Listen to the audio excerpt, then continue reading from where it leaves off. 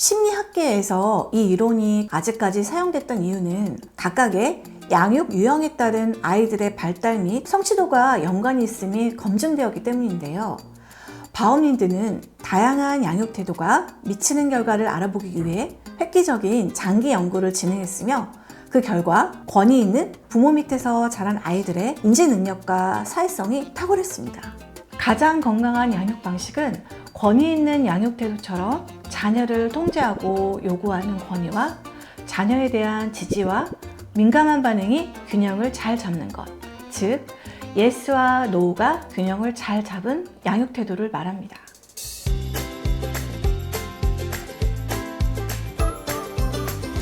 습관적인 통제, 아니야, 하지 않기. 주말에 저는 재래시장을 다녀왔는데요. 떡볶이가 유명한 식당에서 맛있게 식사를 하고 있었습니다. 음식점에 공간이 협소해서 옆 테이블은 아주 가까이 붙어 있어서 본의 아니게 대화를 계속 들을 수가 있었는데요. 대여섯 살로 보이는 아이와 부모님이 함께 와서 먹는데 엄마 아빠가 번갈아 가면서 아이에게 하는 말은 똑바로 앉아, 그렇게 하는 거 아니야, 옷에 묻히니까 엄마가 해줄게 하면서 앉아있는 내내 기본 생활 습관에 대한 교육만 하시더라고요. 물론 기본 생활 습관 교육은 꼭 필요하고 가르쳐야 하지만 엄마 아빠 지나가다가 본 커다란 문어나 바로 만들어주는 뻥튀기, 다양하고 새로운 것들로 가득 찬 시장은 정말 살아있는 교육의 현장이잖아요. 이런 시장에서 느끼고 보았던 것들을 아이와 같이 이야기해보면서 쌓는 좋은 기회인데 아이와의 귀한 교감의 시간이 상호작용이 아닌 일방적인 지시로만 채워지는 게 안타깝더라고요. 실제로 유치원에서 부모교육 시간에 부모님께 하루 동안 아이에게 아니야를 얼마나 말하는지 적어보라고 했는데 그 결과 가장 많이 적는 분은 70개, 보통의 부모님들은 20개에서 30개를 적었습니다. 습관적인 노를 조심해야 하는 이유는 노가 너무 많으면 아이는 진짜 중요한 아니야를 구분할 수 없게 됩니다. 훈육이라는 것은 자녀에게 허용되지 않은 행동은 반복적으로 통제함으로써 이런 행동은 하면 안 되는구나 하고 아이가 알 수 있도록 하는 행위입니다. 그런데 너무 많이 통제를 받게 되면 아이는 정말 하지 말아야 하는 행동이 무엇인지 알 수 없어요. 또한 통제가 많아지면 엄마는 내가 하는 것은 다 싫어해, 엄마 아빠는 나를 미워해 라는 생각을 가질 수 있습니다. 회사에서 내가 하는 것마다 아니야 라고 부정하는 상사가 있다고 생각해 보세요. 우리는 그 상사에게 좋은 마음을 가질 수가 없겠죠. 아이에게 no, 즉 통제를 줄이고 애정과 수용, yes를 늘려 균형을 맞추는 것이 중요합니다. 마치 시소처럼요. 한쪽으로 기울어지지 않게 하기 위해서는 어떻게 해야 할까요? 우선 계획을 잘 세워야 합니다. 양육의 yes와 no 리스트 만들기.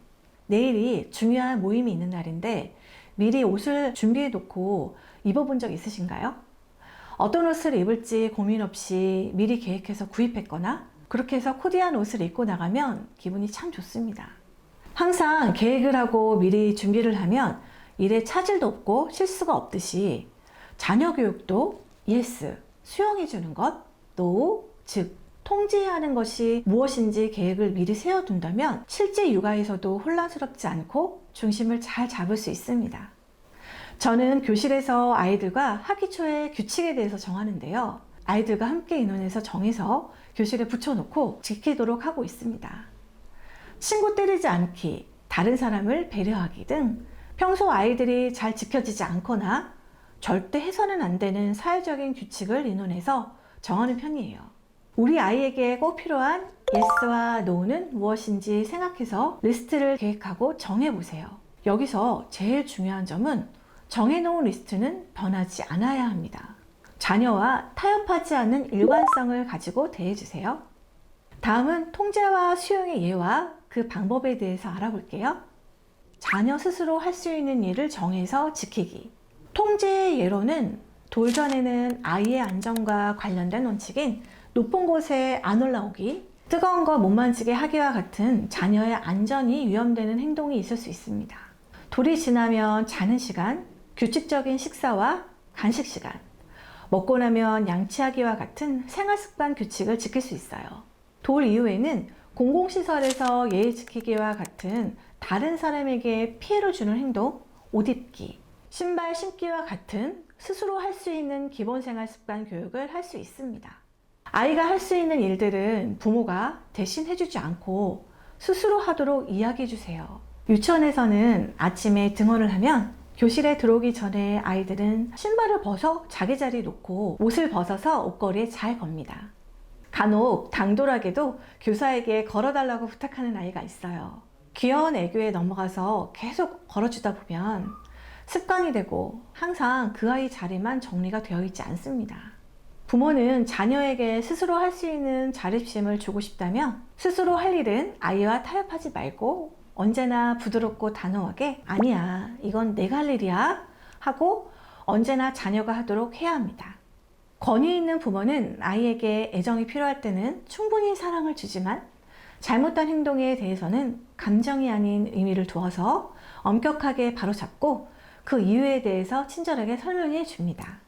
아이와 같이 놀 때는 초대받은 손님처럼 하기. 통제가 있으면 수용도 균형 있게 있어야 된다고 앞에서 말씀드렸는데요. 반드시 수용해 주어야 할 때가 있습니다. 바로 아이가 하고 있는 놀이입니다. 아이가 기차를 가지고 이건 비행기야 하면서 비행기 나는 흉내를 하고 있습니다. 또 바다를 온통 검은색으로 칠하고 있어요. 우리가 알고 있는 지식과 다르게 놀이하고 있는 이 아이에게 어떻게 말하시겠어요? 혹시 아이에게 이거 아니야 라고 말하지 않으셨나요? 아이의 세계인 아이의 놀이에서조차 부모는 통제권을 놓지 못하는 경우가 많습니다. 아이에게 이렇게 해보는 건 어때? 하고 끊임없이 방식을 제안하거나 아이의 놀이를 지켜보며 따라가지 않고 부모가 하고 싶은 이야기만 해요. 또는 학습적인 것을 자꾸 가르쳐 주려고 합니다. 이런 행동은 아이의 자율성을 키울 수 있는 최고의 도구인 아이의 놀이를 방해하는 행동이에요. 아이가 놀이할 때는 다른 사람의 집에 초대받은 손님처럼 아이의 룰에 따라서 같이 놀이해 주세요. 아이의 놀이에서 손님처럼 조심스럽게 같이 놀아주면 아이는 자신이 존중받고 있다는 느낌이 들고 부모를 신뢰하게 됩니다. 평소 아이의 감정에 대해서 언제나 공감해주기. 훈육이 잘 되지 않고 평소보다 부모의 말에 협조해주지 않는다면 훈육 방법이 잘못됐나 하고 걱정하기 전에 요즘 나와 관계가 괜찮나? 를 먼저 점검해 보세요. 아이가 부모를 생각할 때 내가 하는 것은 맨날 안 된다고 잔소리하는 사람, 내 얘기는 잘 안 들어주는 사람이라고 생각하고 있다면 아무리 좋은 훈육 방법을 사용한다고 해도 자녀에게 통하지 않습니다. 훈육이라는 것은 기본적인 신뢰가 있을 때 잘 이루어집니다. 저는 어렸을 때 무서운 꿈을 꾼 적이 많았는데 아빠에게 말을 하니까요. 아빠가 원래 키 클 때는 그런 꿈 많이 꿔 하면서 저의 마음을 받아주지 않았던 기억이 나요. 지금 생각해보니 씩씩하고 의연하게 자라라고 그렇게 말씀해 주신 것 같았지만 그 당시에 저는 제 마음이 무시당한 것 같았고요. 무서운 꿈은 한동안 또 계속돼서 자기가 무서웠던 적이 있었습니다. 앞서서 말씀드린 것처럼 권위 있는 부모는 평소 자녀의 감정에 대해 민감하게 알아차리고 공감하는 반응을 줍니다. 공감이라는 것은 아이의 의견이나 감정을 받아주는 것이에요. 마치 공을 주고 받는 것처럼요.